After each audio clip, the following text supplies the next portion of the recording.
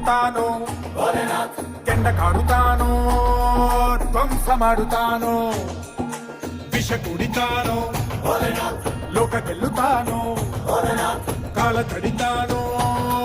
ಬೈರನಾಗುತ್ತಾನೋ ಶಂಭೋ ಹರ ಹರ ಹರ ಮಹಾದೇವ್ ಶಂಭೋ ಹರ ಹರ ಹರ ಮಹಾದೇವ್ ಕಳ್ಳ ಮಳ್ಳ ಓಡಿ ಬಂದ ಜೋಳ್ಗೆ ತುಂಬಾ ಏನೋ ತಂದ ತೇರ ಕದ್ದು ನಂದೆ ಅಂದ ಯಾರೋ ಅವನ್ಯಾರೋ ಜೋಗಯ್ಯ